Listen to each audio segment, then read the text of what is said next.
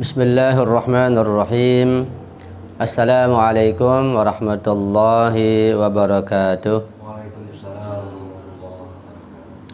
Alhamdulillahi rabbil alamin, wal aqibatu li ahli taqwa wal yaqin, wala udwana illa ala zalimin. Ashhadu an la ilaha illallah wahdahu la syarika lah, wa ashhadu anna sayyidana wa nabiyyana Muhammadan abduhu wa rasuluh. Allahumma salli ala Fatimata wa abiha wa ba'aliha wa baniha wa sirril mustawda'i fiha bi'adadi ma ahata bihi ilmuk. A'udzu billahi minasyaitonir rajim. Wa yas'alunaka 'anir ruh Qulir ruhu min amri rabbi wa ma utitum minal ilmi illa qalila. Pada pertemuan malam Rabu yang lalu, yaitu pertemuan yang keempat dalam kajian tafsir tematik tentang ayat ruh ini, saya sudah menyampaikan dua dalil mengenai kemandirian dan kenon-materian ruh. Yang pertama, bahwa ruh itu memiliki kemampuan yang dikenal dengan idrakul waqi'il khariji, yaitu bahwa ruh itu mampu memahami, mampu mengetahui dan mengenal berbagai realita yang terdapat di luar dirinya, di luar diri manusia. Dan bagi manusia biasa seperti kita ini, untuk dapat mengenal, memahami dan mengetahui berbagai realita di luar diri kita, maka ruh itu atau ruh kita menggunakan perantara, menggunakan media dan alat yang dinamakan dengan otak, dengan sel-selnya. Jadi kita manusia biasa dengan perantara otak dan sel-selnya dapat mengenal, mengetahui dan memahami segala sesuatu yang berada di luar diri kita, yang kita lihat, yang kita dengar. Jadi dengan sarana otak itulah maka manusia biasa dapat memahami dan mengetahui berbagai realita dan peristiwa yang terdapat di luar dirinya. Tetapi untuk manusia suci, manusia yang luar biasa, pada kondisi tertentu, untuk dapat memahami realitas tertentu, fenomena tertentu, maka mereka tidak lagi memerlukan sarana otak dan sel-selnya. Tetapi mereka, manusia suci itu, bisa langsung menggunakan kekuatan rohnya dan mereka langsung memahami berbagai realitas yang ada di luar dirinya. Bahkan memahami ilmu pengetahuan, memahami wahyu misalnya, memahami berbagai macam pengetahuan dan ilham yang datang kepada mereka. Argumen yang kedua atas kemandirian dan kenon-materian ruh yang juga sudah saya sampaikan pada kajian minggu yang lalu adalah apa yang disebut dengan wahdatus syakhsiyah, yaitu kesatuan jati diri di sepanjang usia manusia. Artinya sejak kita dilahirkan, sejak jasad kita di dalam perut ibu kita dikonekkan, dihubungkan, disambungkan dengan ruh kita, sampai akhir hayat kita, kita itu satu, jati diri kita satu. Bahkan setelah kita meninggal dunia pun di alam barzah, bahkan setelah kiamat pun di surga insya Allah, atau orang-orang sebagian di neraka, itu jati dirinya tidak berubah, tidak mengalami perubahan sama sekali, tidak mengalami pergantian, tapi tetap satu. Namanya wahdatus syakhsiyah, syakhsiyah yang tetap satu. Itu dikenal dengan wahdatus syakhsiyah. Artinya bahwa ruh kita itu satu kesatuan yang tidak berubah, yang tidak bertambah, yang tidak mengalami perubahan sejak kita dikonekkan dengan badannya, dengan janinnya, dengan jasadnya sampai di alam baka, di alam akhirat. Tetapi tentu syahsiyah kita itu, ruh kita itu, jiwa, nyawa, atau nama lainnya, mengalami perkembangan, mengalami perluasan sesuai dengan perkembangan keilmuan dan keimanan seseorang, sampai pada tingkatan Imam Ma'sum, tingkatan Rasulullah. Itu syahsiyahnya, ruhaniyahnya mengalami perkembangan yang sangat tinggi. Itu tentang wahdatus syahsiyah atau jati diri kita. Karena itu ilmu kita, pengetahuan kita tentang diri kita ini disebut ilmu huduri. Dengan ilmu huduri itu kita mengenal dan memahami diri kita sendiri, bukan dengan ilmu husuli. Itu sudah saya jelaskan pada minggu yang lalu. Artinya dikatakan bahwa inni mawjudun 'inda nafsi wa ghairu munfasilin anha. Bahwa kita ini, aku ini ada, dalam diriku ini ada dan tidak terpisah selama-lamanya. Dengan kata lain bahwa dengan pengetahuan kita tentang diri kita adalah termasuk ilmu kita yang paling jelas, sehingga tidak lagi memerlukan dalil apapun. Dan pada pertemuan yang lalu juga sudah saya sampaikan bantahan tentang pandangan filosof yang terkenal dari Perancis yang dikenal dengan Descartes, yang dia mengatakan bahwa bima annani ufakir fa idzan ana mawjud. Karena aku ini berpikir, kata dia, maka aku ini ada. Aku ini ada dengan sebab aku berpikir. Jadi keberadaannya dengan sebab berpikir. Dia telah menetapkan keberadaan dirinya karena dia berpikir. Pandangan ini jelas salah dan keliru, dan sudah saya sampaikan bantahannya pada minggu yang lalu. Nah, pada pertemuan malam ini dan pertemuan yang kelima ini, yaitu sebagai pertemuan lanjutan, saya ingin menyampaikan dua argumen lagi, dua alat dalil lagi mengenai kemandirian dan kenon-materian ruh. Bahwa ruh itu betul-betul mandiri dan bersifat non-materi. Ya.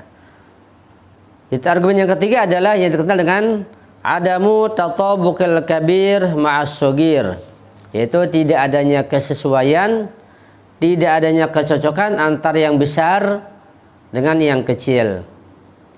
Maksudnya adalah bahwa berbagai realita yang kita saksikan di luar diri kita ini yang sangat banyak dan sangat besar-besar, itu tidak akan sesuai dengan otak kita dan sel-selnya yang sangat kecil. Artinya otak kita yang sangat kecil di kepala kita ini dengan sel-selnya itu tidak mungkin bisa menampung berbagai realita di luar yang sangat besar dan sangat banyak. Ya. Sebagai contoh misalnya, pada suatu ketika misalnya kita duduk di tepi pantai dan kita melihat lautan yang sangat luas di hadapan kita. Kita pun melihat kapal yang besar berlayar di hadapan kita. Nah, di sebelah sana kita melihat matahari sedang mengalami tenggelam. Sementara rembulan sudah siap-siap akan terbit menggantikan terangnya matahari. Sebelah kiri atau sebelah kanan kita lihat ada gunung yang besar. Sementara sebelah lain kita melihat adanya para nelayan yang sedang bersiap-siap untuk meninggalkan lautan misalnya.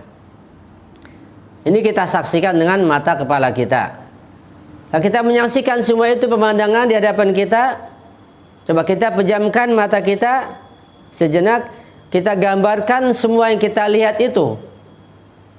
Kita coba gambaran yang kita lihat itu kita hadirkan di benak kita, di otak kita. Maka semuanya akan hadir. Akan ada di sini benak kita. Lautan yang sangat luas, kapal yang besar sedang lalu di hadapan kita, matahari sedang tenggelam, rembulan siap akan terbit, gunung di sebelah yang besar, sekelompok orang-orang yang misalnya katakanlah sedang meninggalkan lautan, sudah selesai mencari ikan, tergambar di benak kita.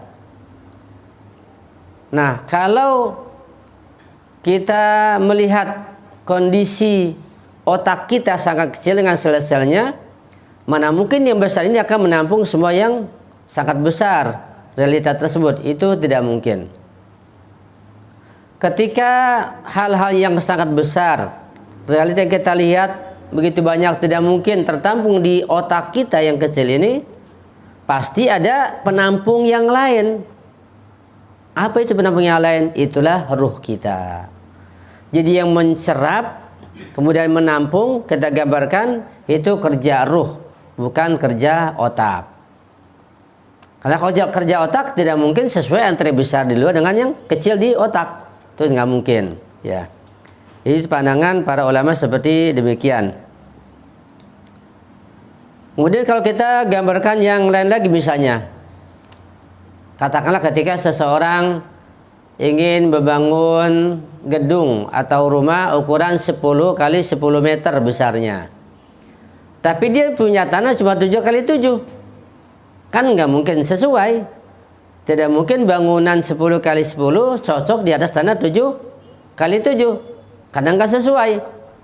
Logika mengatakan bangunan 10 kali 10 harus di atas tanah paling tidak 10 kali 10 juga, atau lebih dari itu biasanya baru sesuai, ya. Itu kalau materi seperti itu.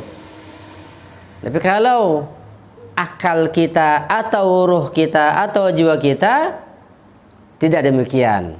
Apapun yang dilihat, sebesar apapun, setinggi apapun, sebesar apapun pasti akan menampung lewat otak kita ini. Itulah kerja ruh namanya. Jadi ruh kita itu punya kemampuan mencerap dan menampung berbagai realita yang kita saksikan, ya. Jadi dengan contoh ini maka manusia dengan otaknya, dengan sel-selnya yang terlantar itu, dan ruhnya yang bekerja mampu menampung dan mengingat semua yang dia lihatnya.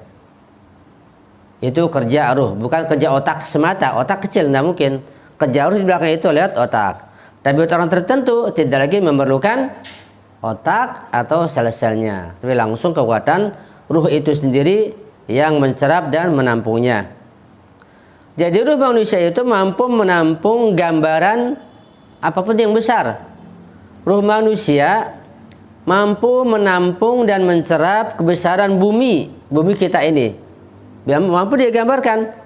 Yang ukuran bumi kita ini dikatakan 4 juta meter besarnya. Bahkan ruh manusia mampu menampung gambaran matahari. Kita lihat matahari, kita pejamkan, kita tampung di sini, tergambar matahari di benak kita. Matahari besarnya lebih daripada 1.200.000 kali lipat lebih besar daripada bumi. Itu luar biasa. Itulah keagungan dan keistimewaan ruh manusia. Itu argumen yang ketiga yang kita dengar dengan bahwa ya adamu tatabukal kabir ma'asogir, bahwa yang besar itu tidak mungkin sesuai dengan yang kecil kalau itu materi, ya. Tapi ruh itu bisa menampung semuanya. Kemudian dalil yang keempat, argumen yang keempat tentang kanon materian ruh dan kemandirian ruh adalah apa yang dikenal dengan adamu tasyabuhil zahir ar-ruhiyah ma'al awdha'il madiyah, yaitu tidak adanya keserupaan antara keadaan dan sifat-sifat ruh dengan keadaan dan sifat-sifat materi. Dengan kata lain bahwa ruh kita itu memiliki sifat-sifat dan ciri-ciri yang sama sekali berbeda dengan sifat-sifat dan ciri-ciri materi. Misal badan kita, ini materi, ruh kita non materi. Tidak ada ciri-ciri yang sesuai, yang sama antara ruh kita dengan badan kita yang materi ini. Ada beberapa hal yang kita perhatikan perbedaan tersebut. Misalnya yang pertama, bahwa semua yang namanya materi itu memerlukan tempat dan waktu, dan dia memiliki sifat yang namanya tadriji, memiliki dimensi tadriji atau bertahap. Dia berkembang, tumbuh bertahap, itu materi. Di materi apapun memerlukan waktu dan tempat. Sementara ruh tidak demikian. Ruh menampung, tidak perlu lagi tempat, tidak perlu lagi waktu, seberapapun bisa ditampung. Itu sifat ruh yang non materi, ya. Misalnya majelis ini kita lihat, dia bisa mampu menampung malaikat yang sangat banyak. sekiranya malaikat yang datang di majelis ini sejumlah penduduk Indonesia masih menampung. Karena malaikat non materi. Itu kemampuan non materi malaikat.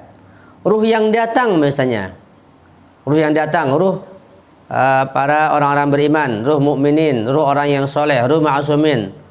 Misalnya ruh orang-orang tua kita bisa hadir di sini, seberapapun menampung, nggak ada batasnya. Tapi kalau fisik orang yang masih hidup datang ke sini, datang 500 orang, ya sini nggak bakal menampung. Kenapa? Karena fisik perlu waktu dan perlu tempat, membutuhkan tempat dan membutuhkan waktu. Itu sifat fisik, ya. Itu yang ciri materi yang pertama. Yang kedua, bahwa sifat materi yang kedua adalah dia mengalami kehancuran, mengalami kepunahan, akan sirna dan akan mengalami perubahan. Itu sifat materi.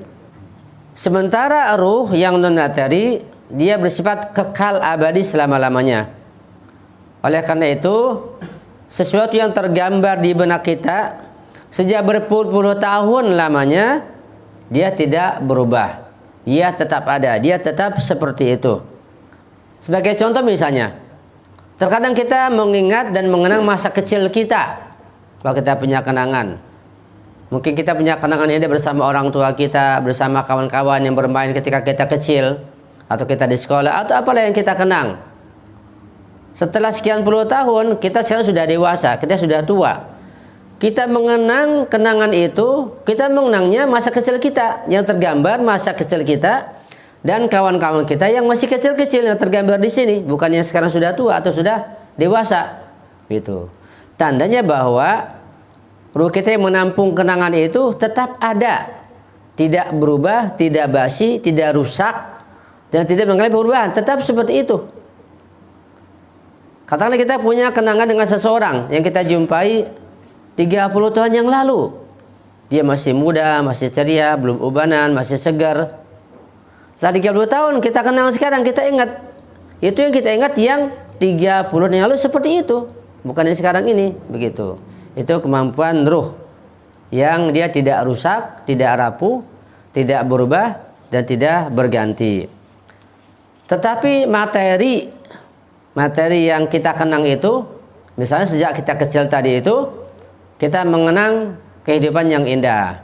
Nah, materi yang kita kenal, naik mobil di masa itu, pergi ke tamannya misalnya, makanan yang kita makan, minuman yang kita minum, gedung yang kita kunjungi, atau hotel yang kita singgahi, itu semuanya bisa hancur.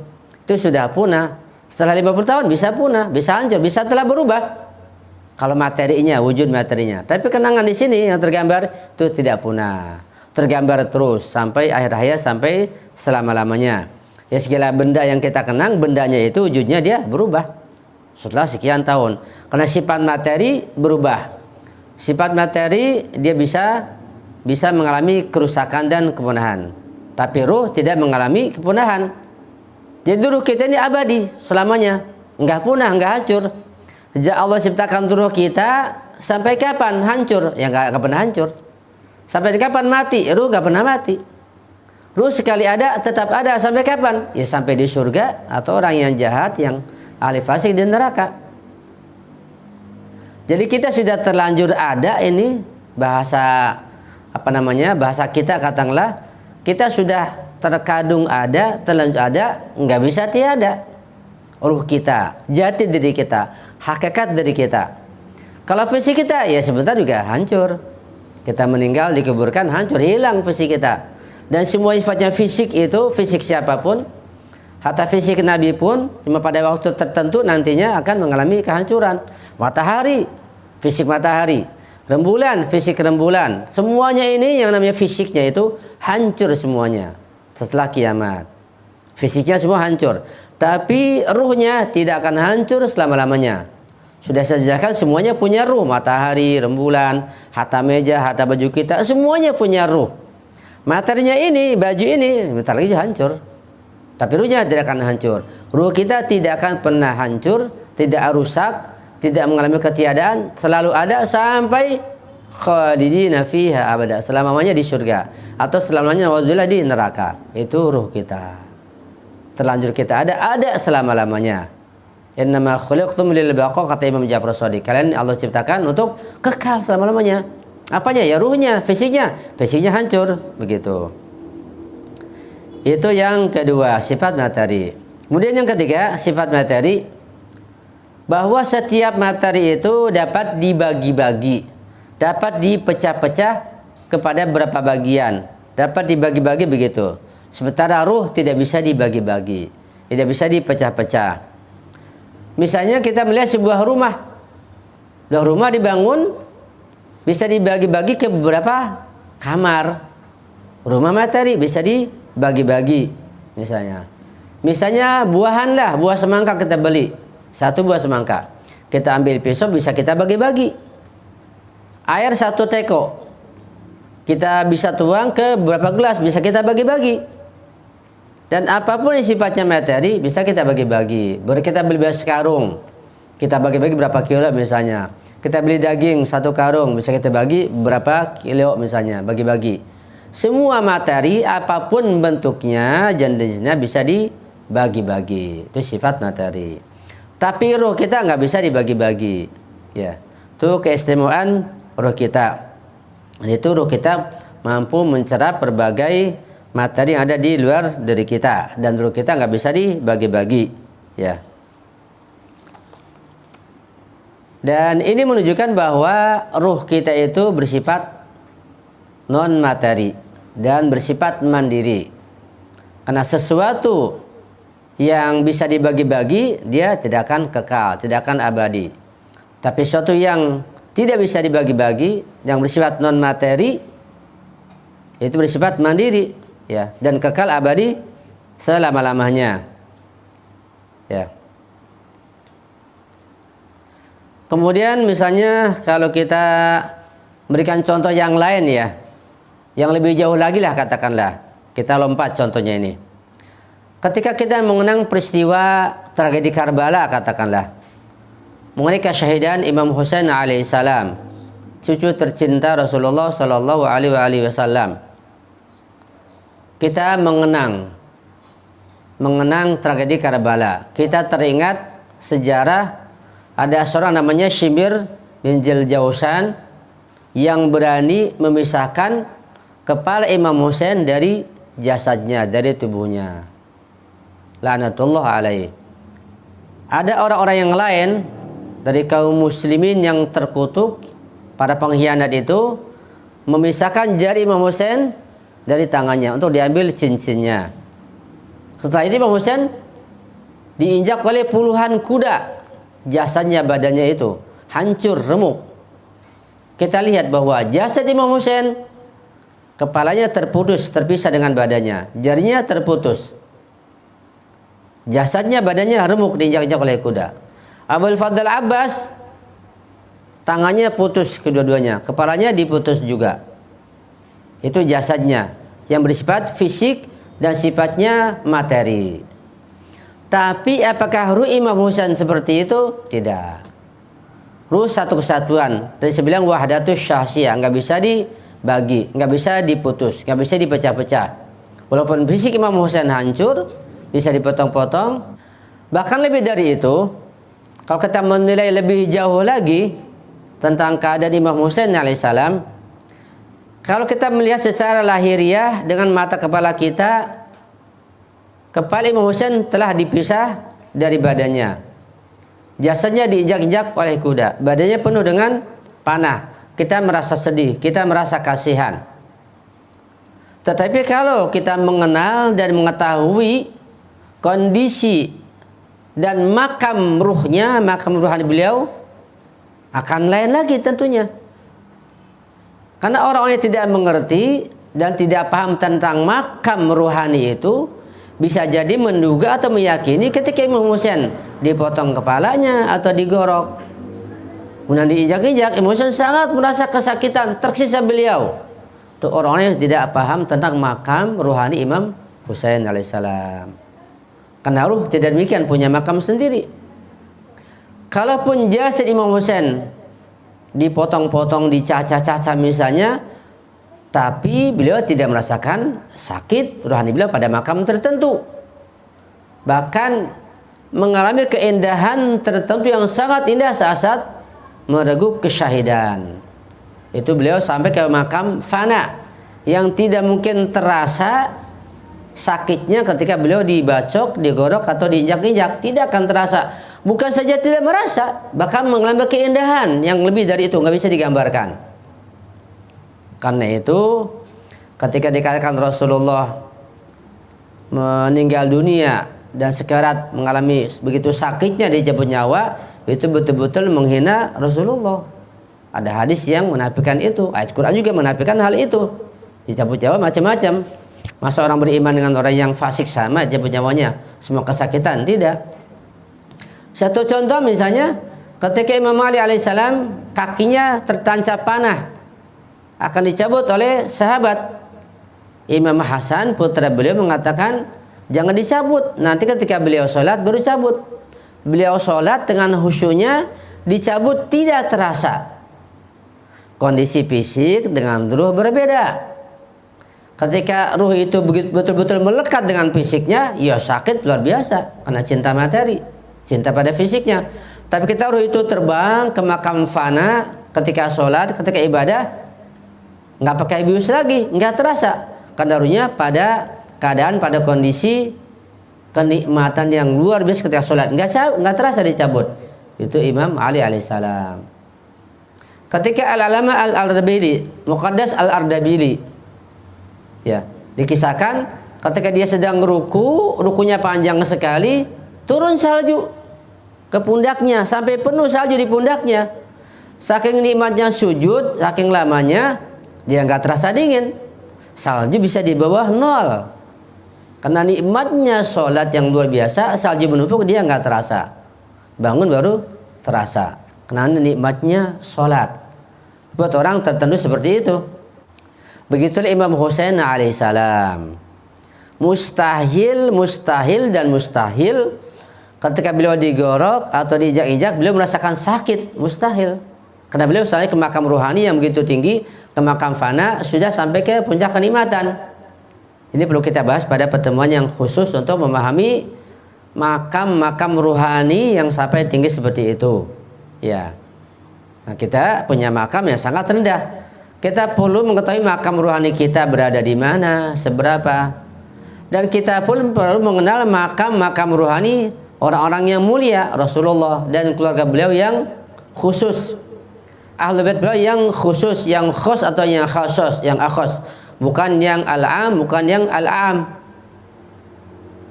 Kita perlu tahu makam-makam mereka itu agar kita betul-betul mengenal mereka, mencintai mereka, bertawali dengan sesungguhnya. Bertawali, berwilayah bukan asal-asalan, bukan ikut-ikutan. Jadi betul-betul mengenal makam ruhani mereka begitu tinggi. Dan kita pun sebaliknya, supaya kita bisa bertabari dari musuh-musuh Nabi, Rasulullah dan ahlul bait beliau bil ma'nal akhos atau bil ma'nal khos, kita perlu mengenal juga musuh-musuh mereka. Dan makam-makam ma'nawiyah musuh-musuh mereka. Ini sangat perlu. Yang utama kita perlu mengenal makam ruhaniyah, makam ma'nawiyah diri kita sendiri. Maka ini kajian tentang ruh sangat penting, sangat penting. Tentang fisik saja yang kita pelajari, misalnya ilmu kedokteran luar biasa. Spesialis mata, hidung, telinga, wah macam-macam. Ini baru fisik. Padahal fisik berapa lama di dunia? Masa arti ruh nggak penting yang begitu, yang kekal abadi selama-lamanya, nggak bisa dibandingkan.